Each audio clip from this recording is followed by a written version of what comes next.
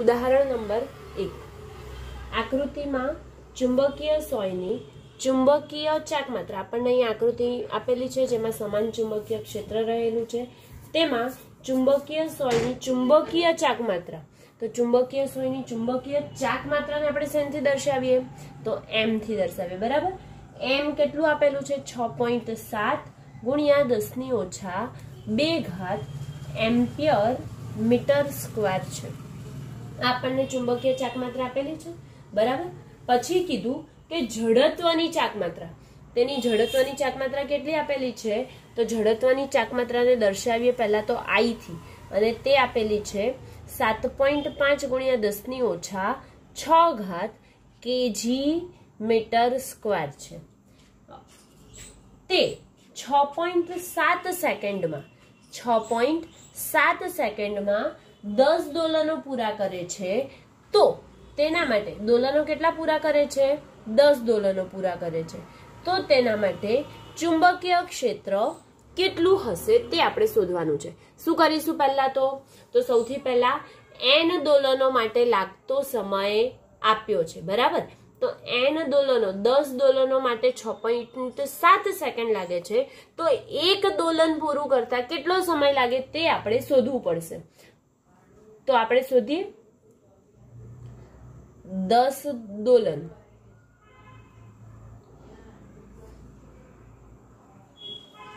પૂરું કરતા 6.7 સેકન્ડ લાગે છે બરાબર તો એક દોલન પૂરું કરતા કેટલો સમય લાગે તો 6.7 ભાગ્યા 10 તો લાગતો કુલ સમય t બરાબર 6.7 ભાગ્યા 10 કેટલો જવાબ મળશે 0.67 સેકન્ડ લાગે છે કેટલી સેકન્ડ લાગી 0.67 સેકન્ડ આપણે શું શોધવાનું છે ચુંબકીય ક્ષેત્ર હવે તમારી પાસે t છે મતલબ કે શું છે આ તમારી પાસે આવર્તકાળ આપેલો છે આવર્તકાળ માટેનું સૂત્ર જોઈ ગયા હતા મિત્રો આપણે શું હતું t બરાબર 2 √I/mb જડત્વની ચાકમાત્રા માટેનું સૂત્ર જોડે હતું ને કે t બરાબર 2 √I/mb હવે આનું વર્ગ દૂર કરો વર્ગ લેવો પડે વર્ગમૂળ દૂર કરવા માટે વર્ગ લઈએ તો t નો વર્ગ બરાબર 4 પાઈ નો વર્ગ I ના છેદમાં mb શું શોધવાનું છે b શોધવાનો છે માટે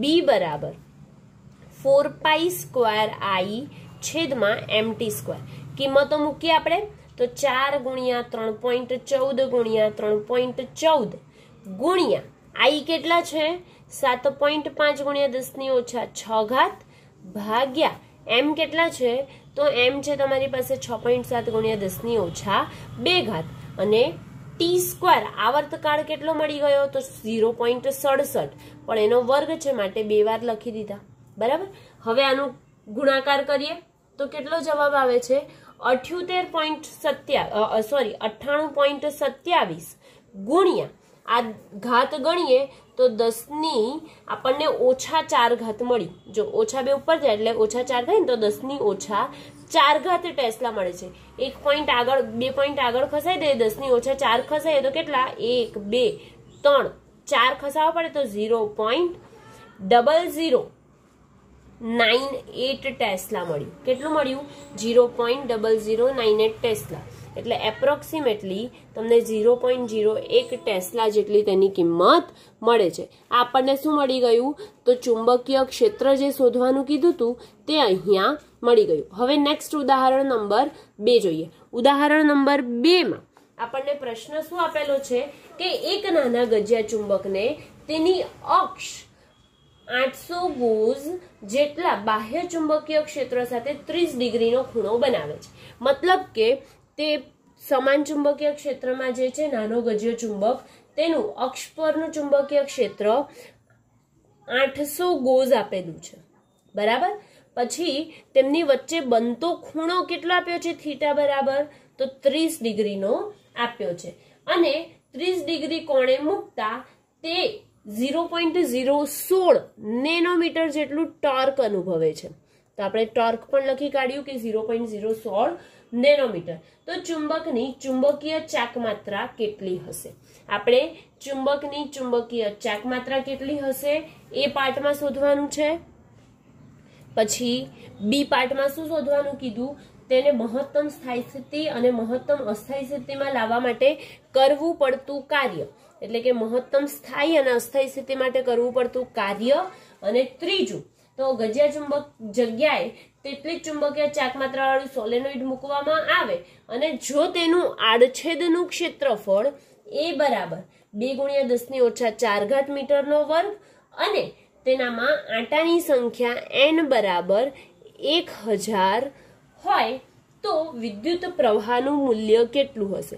આ 3 વસ્તુ આપણે શોધવાની છે. ફર્સ્ટ પાર્ટમાં m ચાકમાત્રા, w કાર્ય અને i શોધવાનું છે. તો સૌથી પહેલા આપણી પાસે સૂત્ર છે ટોર્કનું. ટોર્કનું સૂત્ર શું છે?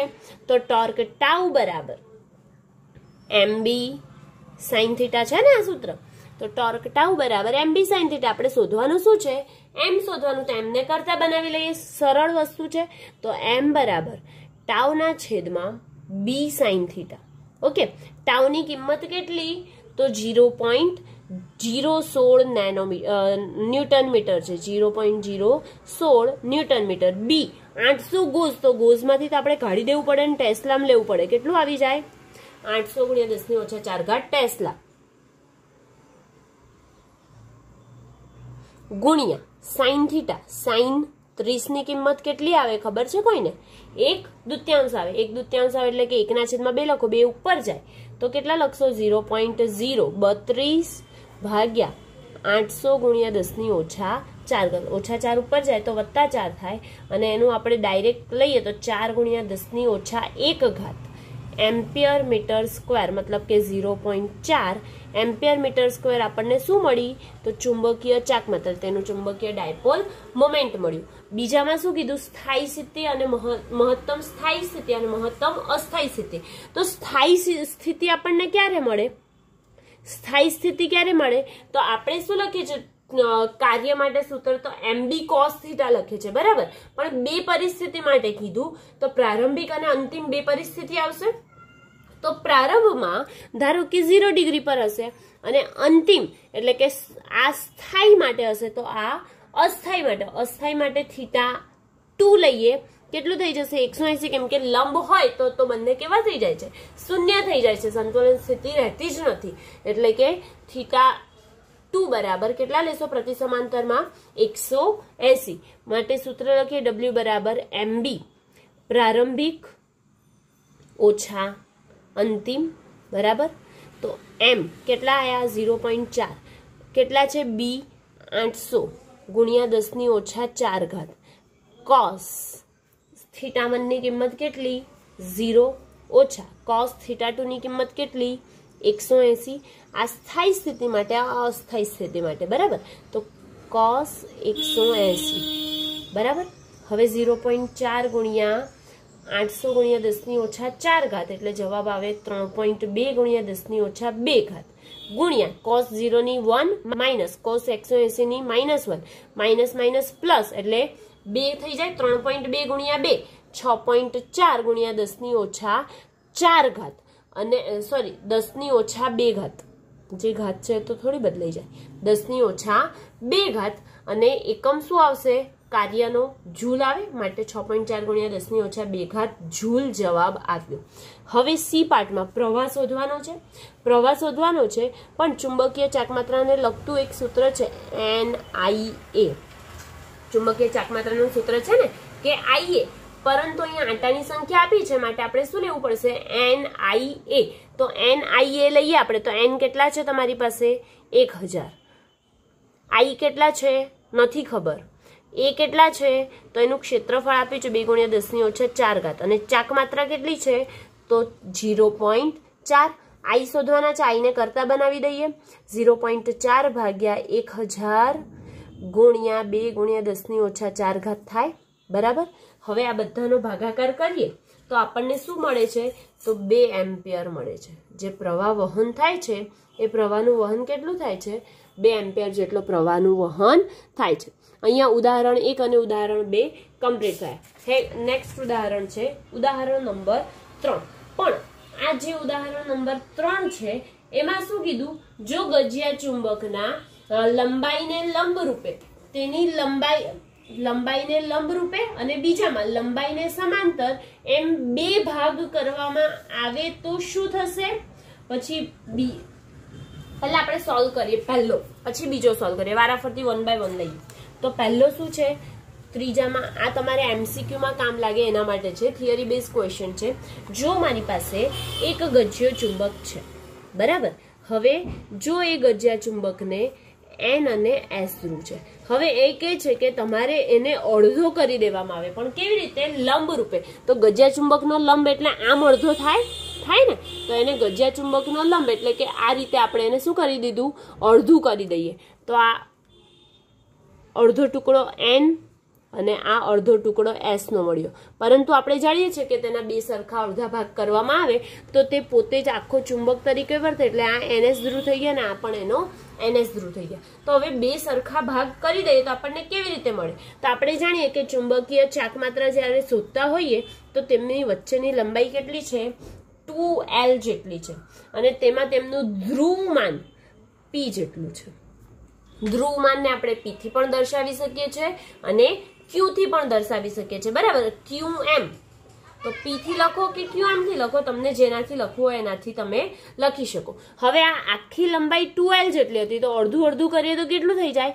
LL જેટલી લંબાઈ થઈ જાય અને તેમનામાં તેમનું ધ્રુવમાન આને પણ મળે ને આને પણ મળે, એટલે કે બંને બાજુ એમનું પોતપોતાનું ધ્રુવમાન PP જેટલું આવી ગયું, બરાબર. તો ચુંબકીય ચાકમાત્રાનું સૂત્ર M બરાબર કોઈ પણ જે લંબાઈ છે એટલે કે આખા ગજ્ય ચુંબક છે એની લંબાઈ ગુણ્યા તેમનું ધ્રુવમાન. ધ્રુવમાન એટલે કે ખાલી P અથવા તો આપણે Q થી લખતા હોઈએ તો Q થી.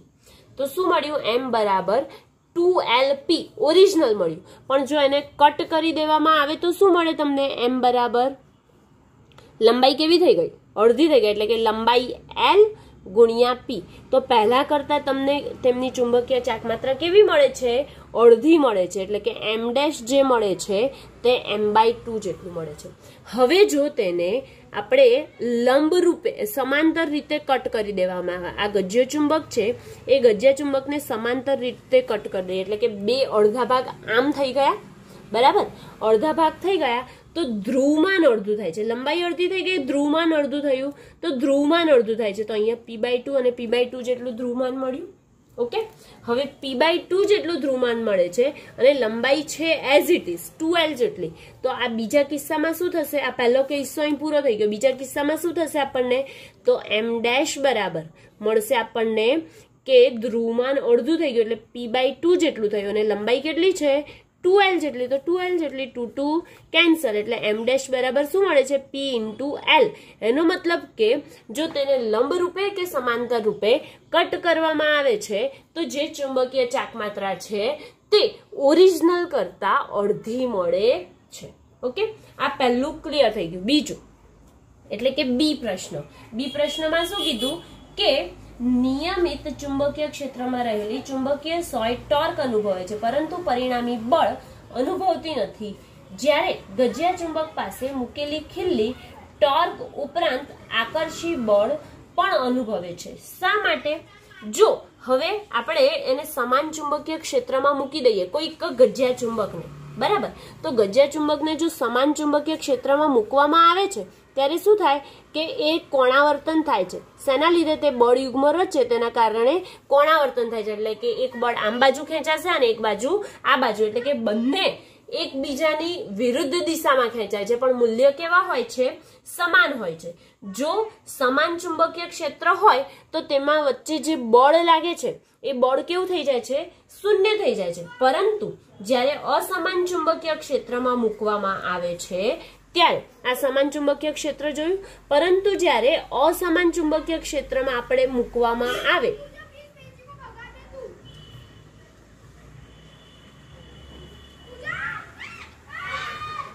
ચુંબકીય ક્ષેત્રમાં મૂકતા તે સોયનો ઉત્તર અને દક્ષિણ ધ્રુવ પાસે અલગ અલગ બળો અનુભવાય. અહીંયા સરખું સમાન ચુંબકીય ક્ષેત્ર એટલે મૂલ્ય સમાન હતા માટે 0 થઈ ગયું હતું, પણ અસમાન ચુંબકીય ક્ષેત્ર હોય તો તેના ઉત્તર અને દક્ષિણ ધ્રુવ પાસે જુદું જુદું બળ મળે છે અને બળ જુદું મળે તો તેના કારણે તમને તેમના ટોર્કમાં પણ તફાવત જોવા મળે, એટલે કે ટોર્ક પણ જુદું મળે છે અને તેના કારણે તે બળ અનુભવે છે તેવું આપણે કહી શકીએ. શું છે ત્રીજો પ્રશ્ન કે શું દરેક ચુંબકીય સંરચનાને તેનો ઉત્તર અને દક્ષિણ ધ્રુવ હોવા જોઈએ? ટોરોઇડ ચુંબકીય ક્ષેત્ર વિશે શું કહેશો?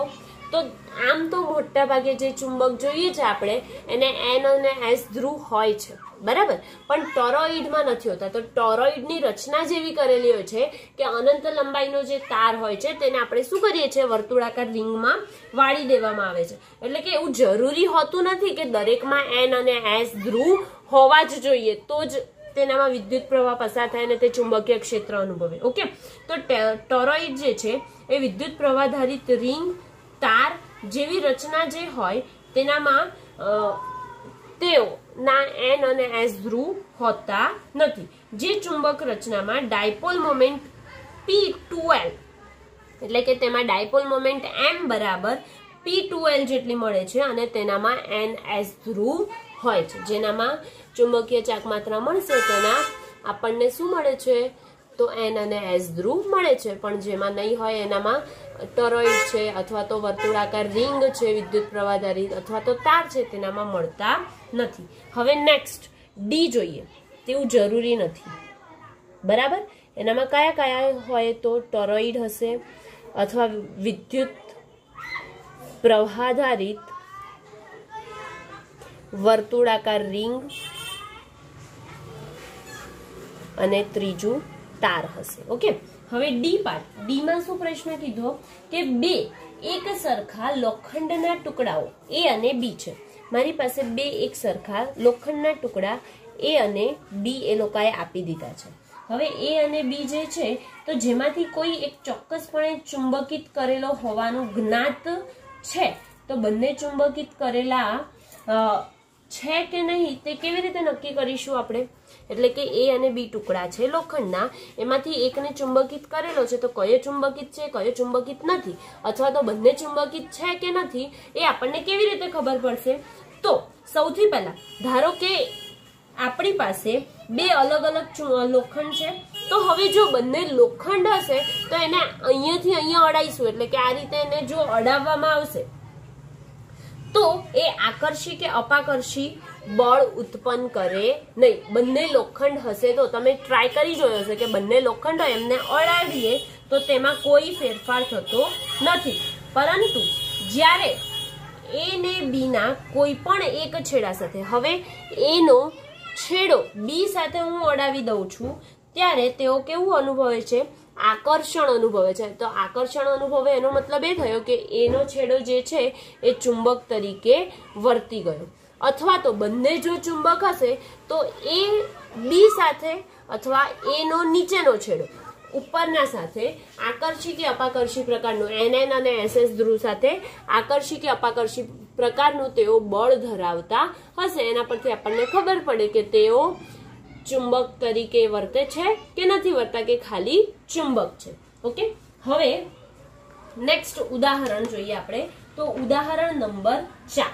ઉદાહરણ નંબર 4 માં પ્રશ્ન શું છે આપણી પાસે, તો 5 સેન્ટીમીટર લંબાઈનો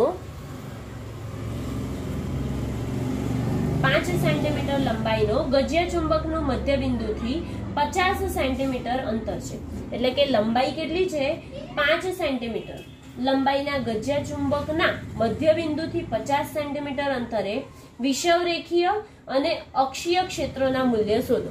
એટલે કે વિષવ રેખા પર ઇક્વિલેટરલ અને અક્ષ પર એટલે કે BA પર આપણે ચુંબક ક્ષેત્ર શોધવાના છે. તેમની લંબાઈ આપણને આપેલી છે L બરાબર 5 સેન્ટીમીટર, અને જો L બરાબર 5 સેન્ટીમીટર હોય એટલે કે તે બંને વચ્ચેનું અંતર ગજિયા ચુંબક કેટલી લંબાઈનો હોય, 2L લંબાઈનો, એટલે કે 2L લંબાઈ જે છે 5 સેન્ટીમીટર આપેલી છે.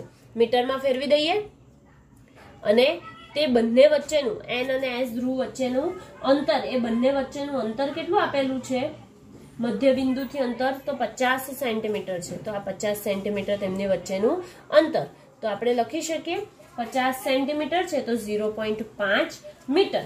અને તેમની ચાક માત્રા M બરાબર કેટલી આપેલી છે, છેલ્લે 0.4 એમ્પિયર મીટર સ્ક્વેર છે, બરાબર. હવે આપણે પ્રશ્નને ધ્યાનથી પહેલા તો જોઈએ, સમજીએ કે શું છે. તો ચુંબક છે, એ ચુંબકનો N અને S ધ્રુવ છે, બરાબર. હવે આ ચુંબકનો જો N અને S ધ્રુવ હોય તો મધ્ય બિંદુથી એક અક્ષ પર મળશે, મધ્ય બિંદુથી એક અક્ષ પર અમુક અંતરે ચુંબકીય ક્ષેત્ર શોધવાનું છે અને અહીંયાના મધ્ય બિંદુથી વિષુવરેખા પર શોધવાનું છે, બરાબર. તો આ બિંદુ ધારો કે P છે, P બિંદુએ ચુંબકીય ક્ષેત્ર શોધવાનું છે જે B એ મળશે અને અહીંયા કયું મળશે તો BE ઇક્વિલેટરલ વિષુવરેખાનું મળશે અને તેમનું અંતર કેટલું આપેલું છે, બંનેનું RR જેટલું અંતર આપેલું છે. હવે સૂત્ર શું આવે તો સૂત્ર અક્ષ માટે પહેલા લઈ લઈએ. તો BA બરાબર યાદ જ હોવું જોઈએ, ઘણી બધી વાર આપણે જોઈ ગયા છીએ. તો μ0/4π 2m/r3.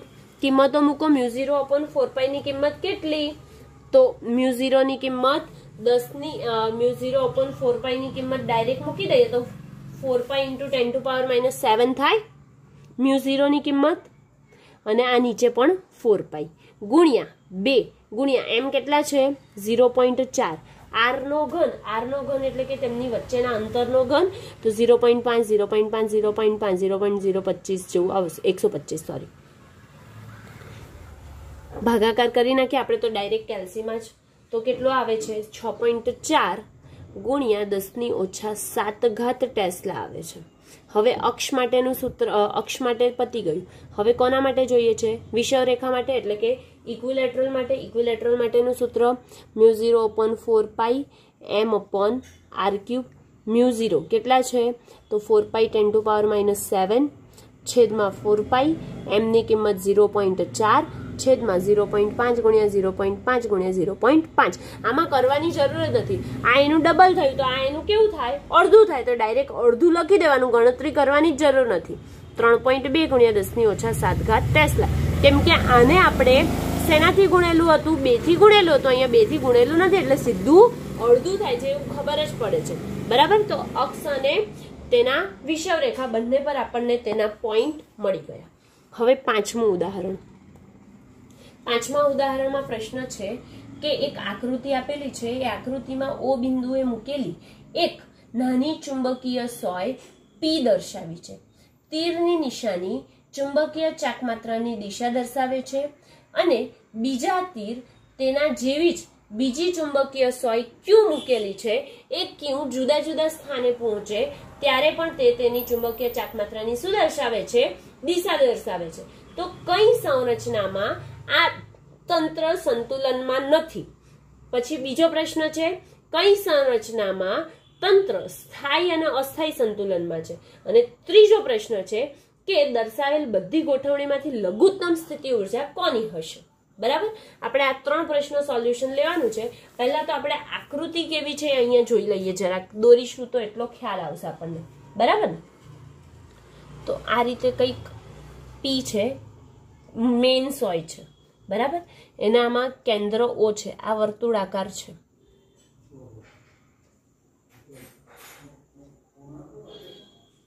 આ રીતે કંઈક વર્તુળાકાર છે, બરાબર. હવે એનામાં આપણને બધા બિંદુઓ આપેલા છે એટલે કે Q અલગ અલગ દિશા દર્શાવી છે. આ Q2 ની છે, આ Q1 ની દિશા છે, પછી આ Q4 ની દિશા છે, પછી આ Q3 ની દિશા છે, પછી આ Q6 ની દિશા છે અને આ Q5 ની દિશા છે, બરાબર. આટલી દિશા આપણને આપેલી છે અને ચુંબકીય ચાકમાત્રાની દિશા એટલે કે મેઇન ચુંબકીય જે છે એ ક્યાં છે P પર છે, બરાબર ને. જો P પર હોય તો આપણે જાણીએ કે ચુંબકીય ચાકમાત્રાની દિશા ક્યાંથી ક્યાં તરફ હોય, કોઈને યાદ છે કે ભૂલી ગયા? S થી N તરફની હોય. ક્યાંથી ક્યાં તરફની હોય? S to N એટલે કે S થી N તરફની તેની ચુંબકીય ચાકમાત્રાની દિશા મળે છે. તો હવે અહીંયા આકૃતિમાં દર્શાવીએ કે S થી N તરફ હોય તો અહીંયા કેવી રીતે જતું હશે તો ચુંબકીય ચાકમાત્રાની દિશા આમ, પણ ચુંબકીય ક્ષેત્ર રેખાઓ ક્યાંથી ક્યાં જાય તો બહાર તરફ N થી S તરફ આવતી દિશા હોય. આ N ધ્રુવ, આ S ધ્રુવ માની લઈએ તો બહારથી અંદર તરફ એટલે કે N થી S તરફ આવતી દિશા. અહીં પણ આ જ રીતે હશે કે N થી S તરફ આવતી દિશામાં હશે, બરાબર. આ બંને ચુંબકીય ક્ષેત્રની દિશા છે અને અંદર તરફ S થી N તરફ, તો અંદર તરફ S થી N તરફ છે આપણે બતાવી. બરાબર. હવે આ ચુંબકીય ચાકમાત્રાની દિશા અને આપણું ચુંબકીય ક્ષેત્ર કેવી દિશા અનુભવે છે એ પ્રમાણે આપણે અંદાજો લગાવીશું. તો પહેલા તો તમને ટોર્કનું સૂત્ર શું ખબર છે? શું આવે? MB sin theta. બરાબર. અને આ sin થીટા ક્યારે મહત્તમ મળે છે? તો જ્યારે થીટા 90 ડિગ્રી હશે ત્યારે ટાઉ બરાબર આપણને કેવું મળશે? Tau maximum. આ બેઝિક વસ્તુ આપણને ખબર હોવી જોઈએ. તો હવે આપણે જોઈએ કે Q1 કેવો છે? આડો છે. અને આપણો P ક્યાં જાય છે? ઉપર તરફ. તો Q1 ની દિશા આ છે અને P ની દિશા આ છે. બંને એકબીજાને કેવા છે? M અને ચુંબકીય ક્ષેત્ર. M એટલે P વાળો અને ચુંબકીય ક્ષેત્ર એટલે કે Q વાળો. તો બંને એકબીજાને કેવા છે? લંબ છે. જો લંબ હોય તો આપણને કેવું મળે? મહત્તમ મળે. એટલે Q1 પાસે શું? Q1 પાસે કેવું મળે છે આપણને? ટોર્ક મહત્તમ મળે છે. એવી જ રીતે Q2 પાસે જોઈએ તો Q2 પાસે આપણને ટોર્ક કેવું મળે છે? Q2 આમ છે અને P આમ જઈ રહ્યા છે. એનો મતલબ કે Q2 પાસે પણ આપણને કેવું મળે છે? ટોર્ક મહત્તમ મળે છે. એટલે કે આ પહેલું આપણું સોલ્વ થઈ ગયું કે Q1 અને Q2 પાસે ટોર્ક મહત્તમ મળે છે. તો મહત્તમ મળે Q1 અને Q2 પાસે એટલે કે એ જ પરિસ્થિતિ એની કઈ પરિસ્થિતિ કહેવાય? સંતુલન પરિસ્થિતિ છે તેમ કહેવાય. હવે બીજામાં શું કીધું કે કઈ સંરચનામાં તંત્ર સ્થાયી અને અસ્થાયી પરિસ્થિતિમાં હશે. સ્થાયી અને અસ્થાયી પરિસ્થિતિ આની આગળ જ જોઈ હતી કે MB sin થીટા અને MB બરાબર, MB cos થીટા અને MB cos થીટા વાળી. તો સ્થાયી આપણને ક્યારે મળશે? તો જ્યારે થીટા બરાબર 0 રચાય ત્યારે સ્થાયી મળશે અને થીટા બરાબર 180 રચાય ત્યારે કેવું મળશે? અસ્થાયી મળશે. તો અહીંયા થીટા બરાબર 0 ક્યારે રચાય છે જોઈએ. તો અહીંયા કઈ પરિસ્થિતિમાં 0 રચાશે? પ્રતિ સમાંતર અથવા સમાંતરમાં. તો પહેલા પ્રતિ સમાંતર અને સમાંતર વાળા કયા છે? Q4, Q3, Q6 અને Q5. આ ચારે ચાર સમાંતર અને પ્રતિ સમાંતર છે. તો આપણે પહેલા લખી કાઢીએ Q3, Q4, Q5 અને Q6. આ એના 4 પોઈન્ટ આપણે લખી કાઢીએ. પાછળ લખીએ, અહીંયા જગ્યા નથી.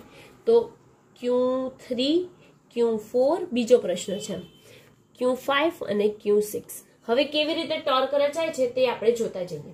તો અહીંયા Q3 ની દિશા નીચે તરફ છે. આ P ની દિશા ઉપર તરફ છે. આપણને કેવું મળશે? ટોર્ક 0 મળશે. બરાબર, ટોર્ક 0 મળશે. આ Q3 ની દિશા નીચે તરફ, P ની દિશા ઉપર તરફ.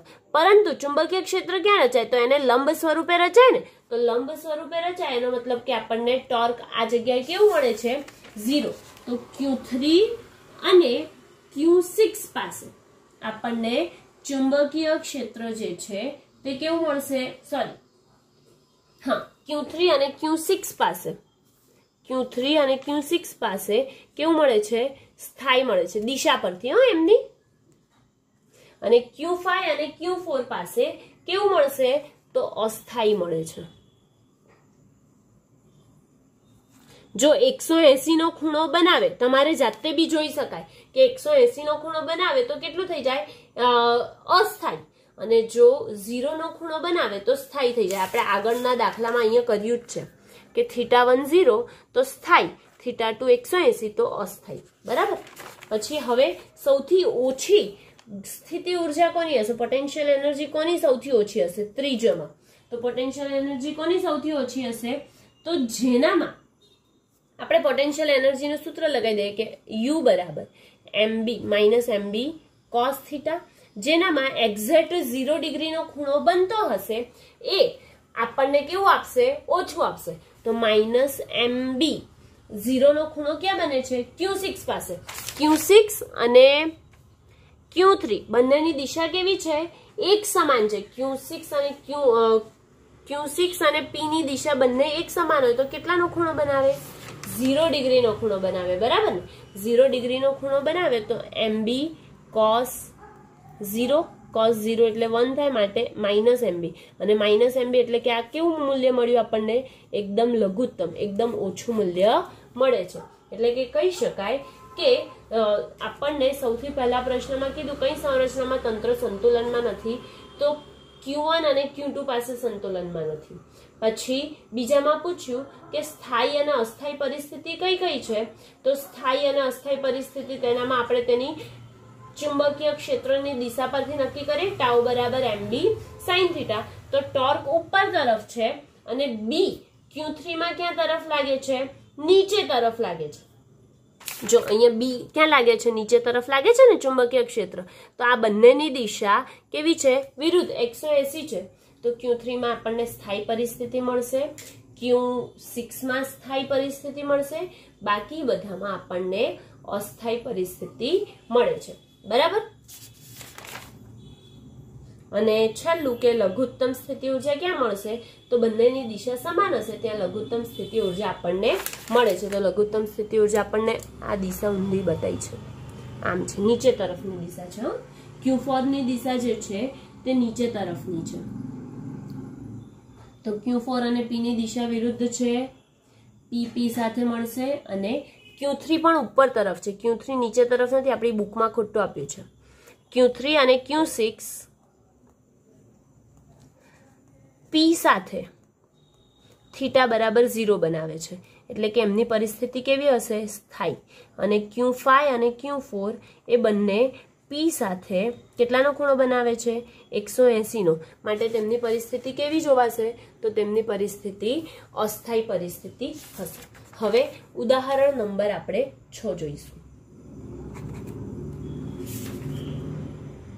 ઉદાહરણ નંબર જો 6 છે એનામાં તમને અલગ અલગ જુદી જુદી આકૃતિ આપેલી છે. બરાબર.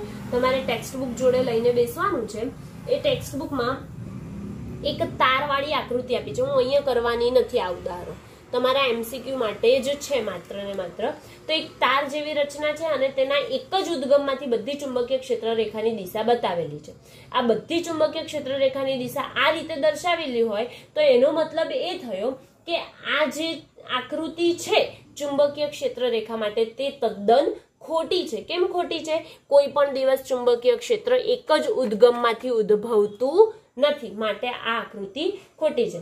બીજી આકૃતિ, તો બીજી આકૃતિમાં શું છે? તો બંને એકબીજાને આ રીતે કંઈક ક્રોસ થાય છે. કોઈ દિવસ ચુંબકીય ક્ષેત્ર રેખાઓ એકબીજાને છેદતી જ નથી, માટે પણ આ આકૃતિ ખોટી છે. અને જે આજુબાજુ અહીંયા વર્તુળ આપેલા છે અને એનામાં વર્તુળાકાર બંધ ગાળો દર્શાવેલો છે, પરંતુ જો તાર હોય તો તાર એ કોઈ દિવસ બંધ ગાળો ઉદ્ભવતો જ નથી અને આ જગ્યાએ એનું ચુંબકીય ક્ષેત્ર ઉદ્ભવતું નથી. પછી એક ટોરોઇડ જેવી આકૃતિ આપેલી છે. તો ત્રીજી આકૃતિ સાચી છે, કેમ કે ટોરોઇડમાં ચુંબકીય ક્ષેત્ર રેખાઓ આપણે જોઈએ છે કે આ જ રીતે ઉદ્ભવે છે. પછી ચોથી આકૃતિ છે સોલેનોઇડની આકૃતિ છે, પરંતુ સોલેનોઇડમાં જે ચુંબકીય ક્ષેત્ર ઉદ્ભવે ને તે ચુંબકીય ક્ષેત્ર અંદર તરફ તો બરાબર ઉદ્ભવે છે, પણ આજુબાજુ સહેજ વાંકું વળે છે. અહીંયા વાંકું વળેલું દર્શાવ્યું નથી, માટે પણ આ ચોથી આકૃતિ સોલેનોઇડ વાળી ખોટી છે. પછી ઈ એટલે કે ગજિયા ચુંબકમાંથી ચુંબકીય ક્ષેત્ર રેખાઓ નીકળે છે. તો આપણે જોઈએ છે, જાણીએ છીએ કે આ જ રીતે ચુંબકીય ક્ષેત્ર રેખાઓ N થી S તરફ જાય છે અને અંદર તરફ S થી N તરફ હોય છે. તો આ ચુંબકીય ક્ષેત્ર રેખાઓની આકૃતિ કેવી છે? સાચી છે. પછી એના પછી આપણને બે પ્લેટ ગજિયા ચુંબકની આપી છે અને પ્લેટની અંદર અને બહારથી, પ્લેટના ધ્રુવમાંથી નહીં, પ્લેટની અંદર અને અંદરની સાઈડથી આપણને એ દર્શાવેલી છે. તો આ આકૃતિ પણ કેવી છે? ક્ષેત્ર રેખાઓ માટે ખોટી છે. પહેલી પ્લેટમાંથી બીજી પ્લેટમાં નથી જતું, એ પહેલા ધ્રુવમાંથી બીજા ધ્રુવમાં, એટલે કે N થી S ના ધ્રુવમાં જાય છે, તો સાચું આવે. આ તો કેવી છે? ખોટી છે. પછી એક આખું આપણને રચના આપેલી છે, એનામાં અંદર તરફ એક નાની ચુંબકીય ક્ષેત્ર રેખાઓ દર્શાવી છે. ચુંબકીય ક્ષેત્ર રેખાઓ તો બરાબર છે, પરંતુ તેઓ વળતી નથી. આજુબાજુ વળાંક હોય ને તો એ વળતી નથી, એના માટે આ આકૃતિ પણ છેલ્લી G આકૃતિ છે તે પણ કેવી છે? ખોટી છે. હવે ઉદાહરણ નંબર 7. તો ઉદાહરણ નંબર 7 જે છે એ પણ તમારે MCQ માટે છે. બરાબર. તો ઉદાહરણ નંબર 7 માં શું કહે છે કે ચુંબકીય ક્ષેત્ર રેખાઓ વડે દર્શાવેલી દિશામાં ચુંબકિત કરેલ સોય ગોઠવાય છે. શું ચુંબકીય ક્ષેત્ર રેખાઓ ગતિ કરતા વિદ્યુત ભાર માટે દરેક બિંદુએ ચુંબકીય બળ રેખાઓ દર્શાવે છે? આપણને પહેલા તો પૂછ્યું કે ચુંબકીય ક્ષેત્ર રેખાઓ દર્શાવેલી દિશામાં ચુંબકિત કરેલ સોય સાથે ગોઠવાય છે તો શું ચુંબકીય ક્ષેત્ર રેખાઓ ગતિ કરતા વિદ્યુતભાર માટે દરેક બિંદુએ ચુંબકીય બળ રેખાઓ દર્શાવશે? તો ના, ચુંબકીય બળ હંમેશા બી ને કેવા સ્વરૂપે હોય છે? લંબ સ્વરૂપે હોય છે. અને અહીંયા તો આપણને શું કીધું કે એની દિશામાં જ હોય, તો આ વાત કેવી ખોટી છે કે હંમેશા કેવું હોય? એફ અને બી હંમેશા એકબીજાને લંબ હોય છે. કેવું હોય છે? લંબ હોય છે. એટલે કે પહેલું જે છે તે કેવું છે? સ્ટેટમેન્ટ ખોટું છે.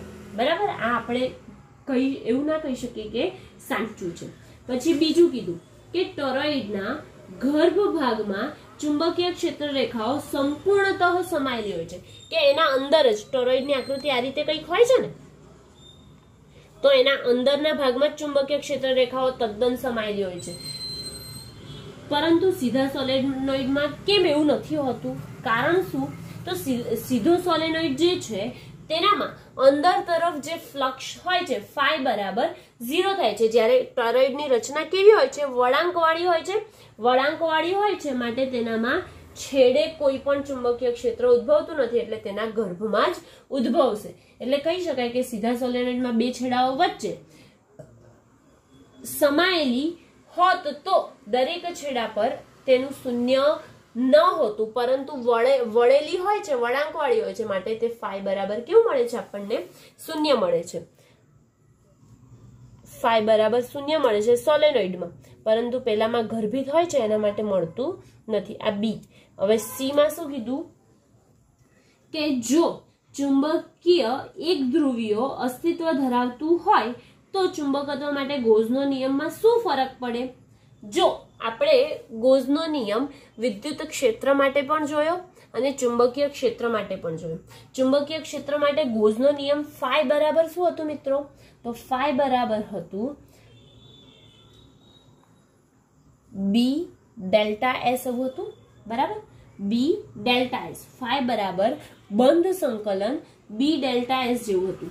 પરંતુ જે ફાઈ છે તેનો એક જ ધ્રુવ હોય, માત્ર n ધ્રુવો હોય તો ફાઈ આપણને કેવું મળે છે કે તે કોઈક બિંદુએ ઉદ્ભવતું હશે તે સ્વરૂપે મળે. જો એક બિંદુએ ઉદ્ભવતું હોય તેવું આપણને મળે, કેમ કે ખાલી માત્ર ને માત્ર એક ધ્રુવ હોય તો. પરંતુ અહીંયા આપણી પાસે હંમેશા કેવા ધ્રુવ હોય છે? બે ધ્રુવ હોય છે, માટે આપણને ફ્લક્સ કેવું મળે છે? ફાઈ બરાબર 0 મળે છે. કેવું મળે છે?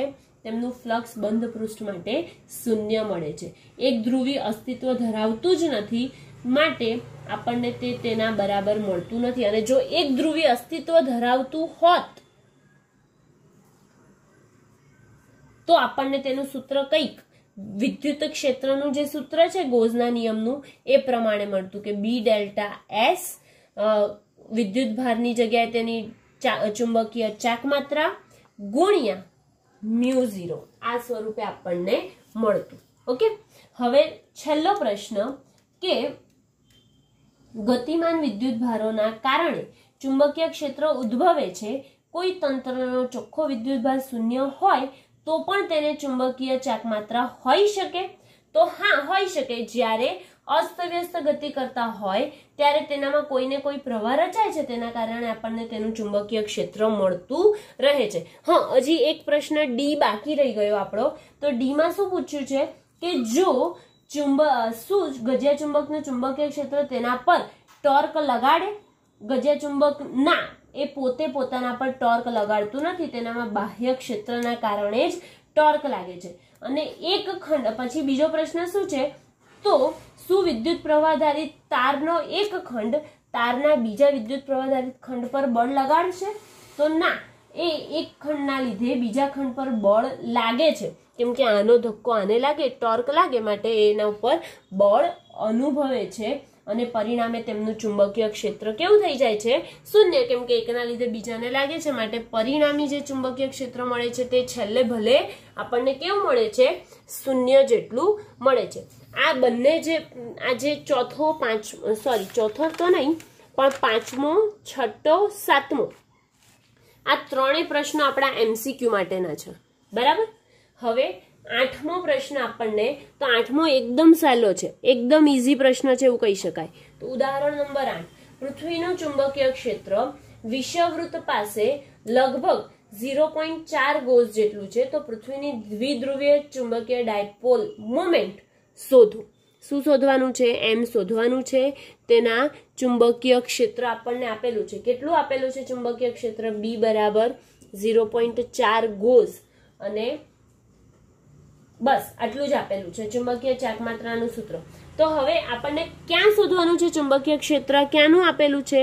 તો વિષુવ રેખાનું, BE ઇક્વિલેટરલ આપેલું. ઇક્વિલેટરલ માટેનું સૂત્ર શું છે? μ0/4πm/r³.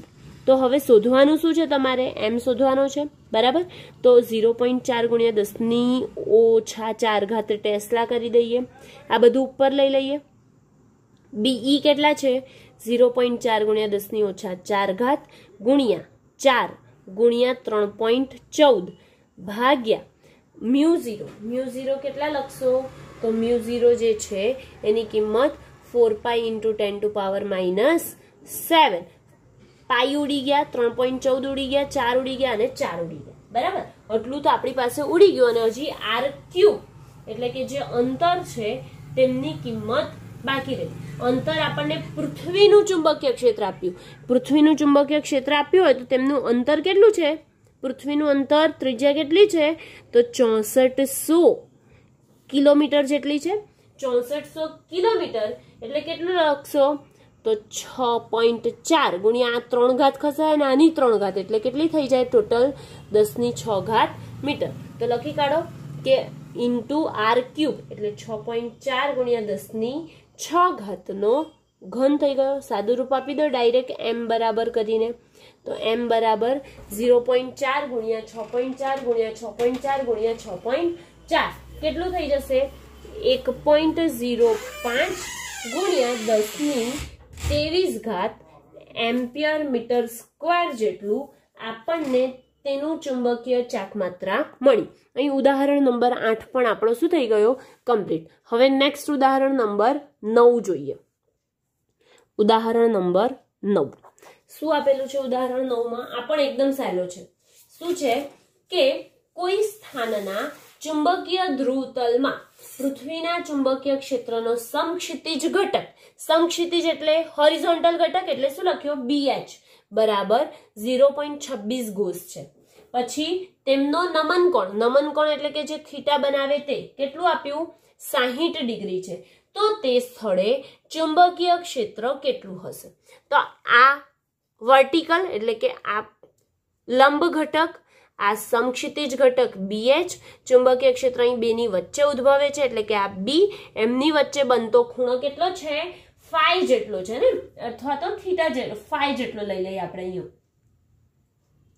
તો તેમની વચ્ચે બનતો ખૂણો phi જેટલો છે, ધારો કે. તો અહીંયા પણ phi લખી દઈએ. જો phi લો છો તો phi જેટલો છે, બરાબર. phi જેટલો તેમનો ખૂણો છે.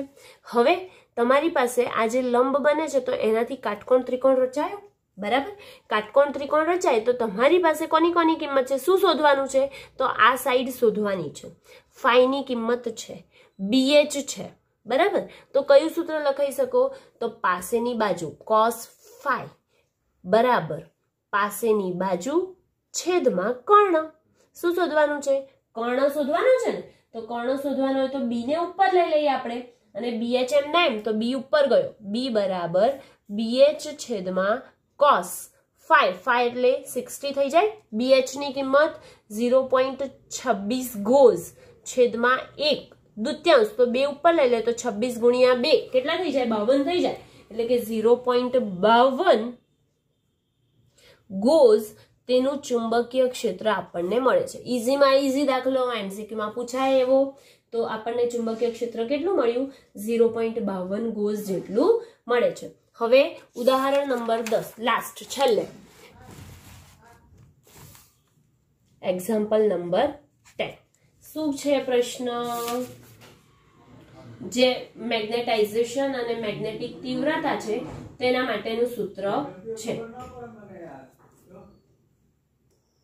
પ્રશ્ન શું આપેલો છે? એક સોલેનોઇડમાં ગર્ભમાંના દ્રવ્યની સાપેક્ષ પરમિએબિલિટી 400 છે. દ્રવ્યની સાપેક્ષ પરમિએબિલિટી મતલબ કે મ્યુઆર આપણને આપેલું છે. કેટલું છે? તો 400 છે. પછી સોલેનોઇડના આંટા ગર્ભથી અવાહક વડે જુદા પાડેલ છે અને આંટામાંથી 2 એમ્પિયર જેટલો પ્રવાહ જાય છે. કેટલો પ્રવાહ જાય છે? 2 એમ્પિયર જેટલો પ્રવાહ જાય છે અને વિદ્યુત પ્રવાહ પસાર થાય છે. જો તેમાં એકમ મીટર દીઠ એટલે કે કેટલું થઈ જાય? n ના છેદમાં l થાય, બરાબર. એકમ મીટર દીઠ આંટાની સંખ્યા n બરાબર સ્મોલ n આપેલો છે આપણને. કેટલો આપેલો છે? 1000 આંટા આપેલા છે. તો h શોધો, m શોધો, b શોધો અને મેગ્નેટાઇઝિંગ પ્રવાહ એટલે કે મેગ્નેટાઇઝિંગ પ્રવાહ im પણ આપણે શોધવાનું છે. એક જ પ્રશ્નમાં 4 છે, મોસ્ટ આઈએમપી છે, પૂછાય એવો પ્રશ્ન છે. આપણે ધ્યાનથી જોઈએ, બરાબર. હવે જે આપણને h શોધવાનો છે એટલે કે મેગ્નેટિક તીવ્રતા, મેગ્નેટાઇઝેશન, ચુંબકીય ક્ષેત્ર અને મેગ્નેટાઇઝિંગ પ્રવાહ im, આ 4 વસ્તુ શોધવાની છે. હવે દ્રવ્ય ના ગર્ભમાં ઉદ્ભવે છે ને, તો દ્રવ્યના ગર્ભમાં ઉદ્ભવે તેના માટે મેગ્નેટિક તીવ્રતાનું સૂત્ર આપણે જોઈ ગયા હતા. શું હતું? તો h બરાબર ni હતું. યાદ છે? h બરાબર ni.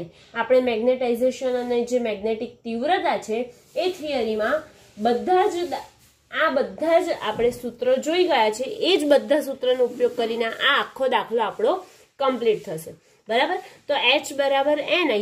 n કેટલા આંટા આપેલા છે? 1000 આંટા. i કેટલા છે? તો 2 એમ્પિયર છે, બરાબર. તો 1000 ગુણ્યા 2 એટલે 2000. આ શું છે? આપણું મેગ્નેટિક તીવ્રતા છે. મેગ્નેટિક તીવ્રતાનો એકમ એમ્પિયર પર મીટર, કેમ કે n છેદમાં એ આવે ને મીટર, એટલે કે મીટર આવશે. તો 2000 એમ્પિયર પર મીટર. આ પહેલું શોધાઈ ગયું. હવે બીજું મેગ્નેટાઇઝેશન શોધવાનું છે. આપણે જોઈ ગયા હતા કે મેગ્નેટાઇઝેશન જે છે એ તીવ્રતાના સમપ્રમાણમાં છે અને એનો કોઈક અચળાંક મૂકી દેતા હતા, બરાબર કરીને કાય મૂકતા હતા, સસેપ્ટિબિલિટી m બરાબર કાય h મૂકતા હતા. તો આપણે એ જ મૂકીએ સૂત્ર કે m બરાબર કાય h. હવે કાય h મૂક્યું તો શું તમને સસેપ્ટિબિલિટી કાય આપેલી છે? ના, કાય નથી આપેલી. પણ આપણે જે મેગ્નેટાઇઝેશનની થિયરી હતી એ મેગ્નેટાઇઝેશનની થિયરીમાં આપણે જોઈ ગયા હતા કે b બરાબર μ0 μrh. જોયું તું? શું જોયું તું? કે b બરાબર μ0 μrh. એનામાં μr બરાબર 1 પ્લસ કાય લખતા હતા. શું લખતા હતા? μr બરાબર 1 પ્લસ કાય. તો આપણે એ જ કિંમતનો ઉપયોગ અહીંયા કરીશું. μr બરાબર 1 પ્લસ કાય. 1 પ્લસ કાયની કિંમત છે? ના, નથી. જે પરમિએબિલિટી છે, સાપેક્ષ પરમિએબિલિટી, એની કિંમત છે કેટલી છે? 400. તો કેટલું આવશે? એક આમ લઈ જઈએ એટલે કાય બરાબર 400 ઓછા 1 એટલે 399. આ શું આવી? સસેપ્ટેબિલિટી આવી. હવે આનામાં કિંમત મૂકી શકાય. તો m બરાબર કાયની કિંમત 399 ગુણ્યા h 2000 છે. 399 ગુણ્યા 2 કેટલા થઈ જાય? 798. અને 798 પર કેટલા મીંડા બીજા? તો 3 મીંડા થાય. હવે ઘાતમાં ફેરવવું હોય તો 1 2 3 4 ને 5 ઘાત વધી જાય એટલે કે 7.98 ગુણ્યા 10⁵. મેગ્નેટાઇઝેશનનો એકમ એમ્પિયર પર મીટર છે, માટે એમ્પિયર પર મીટર. અને જો 7.98 ના લખો તો 8 ગુણ્યા 10⁵ એમ્પિયર પર મીટર આપણને મેગ્નેટાઇઝેશન m મળી ગયું.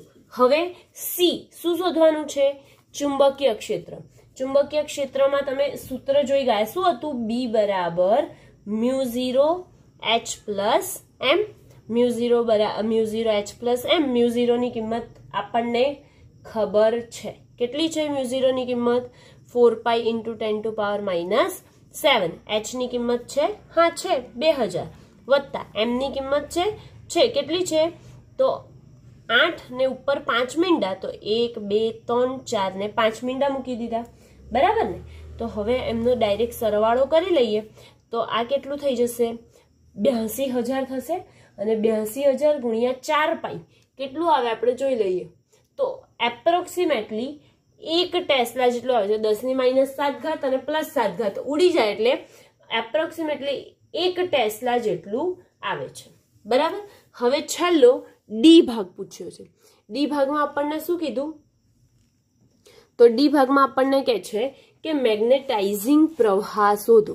મેગ્નેટાઇઝિંગ પ્રવાહ આપણને શોધવાનું કહે તો શું કરીશું સૌથી પહેલા તો જ્યારે મેગ્નેટાઇઝિંગ પ્રવાહ એટલે કે જ્યારે આપણે કોઈક વિદ્યુત પ્રવાહાધારિત વસ્તુ અંદર મૂકેલી ના હોય ને એમને પ્રવાહ જતો હોય તો એ એક સરખો પ્રવાહ જતો એ ચોક્કસ હોય.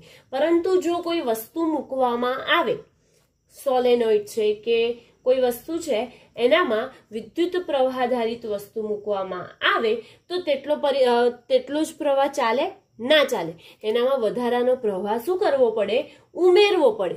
એવી જ રીતે આનામાં પણ શું કરીશું મેગ્નેટાઇઝિંગ પ્રવાહ એટલે કે વધારાનો પ્રવાહ આપણે લેવો પડશે. તો ચુંબકીય ક્ષેત્રનું સૂત્ર શું છે B બરાબર μ0 ni તો છે પરંતુ સોલેનોઇડ માટે વધારાનો પ્રવાહ ઉમેરવો પડશે તો કેટલો ઉમેરવો પડશે Im જેટલો મેગ્નેટાઇઝિંગ પ્રવાહ જેટલો એનો પ્રવાહ ઉમેરવો પડશે બરાબર. તો B ના છેદમાં μ0 n બરાબર I વત્તા Im. B ની કિંમત છે μ0 છે n છે I છે Im શોધવાના છે તો Im બરાબર B ની કિંમત કેટલી છે 1 ટેસ્લા. પછી μ0 ની કિંમત 4 પાઈ ઇન્ટુ 10⁻⁷. n ની કિંમત 1000 આટા અને માઇનસ આમ બાજુ આવીને પ્રવાહ I થઈ જશે કેટલા થઈ જશે 2 જેટલો માઇનસ થઈ જશે. તો હવે આનું સાદું રૂપ આપીએ તો આપણને કેટલું મળે 796.178 ઓછા 2. 796 માંથી 2 બાદ કરો તો 794.178 એમ્પિયર મેગ્નેટાઇઝિંગ એટલે કે વધારાનો પ્રવાહ આપણને મળે છે 794.178 એમ્પિયર. અહીંયા આપણા ઉદાહરણ અહીંયા કમ્પ્લીટ થાય છે. ઓકે.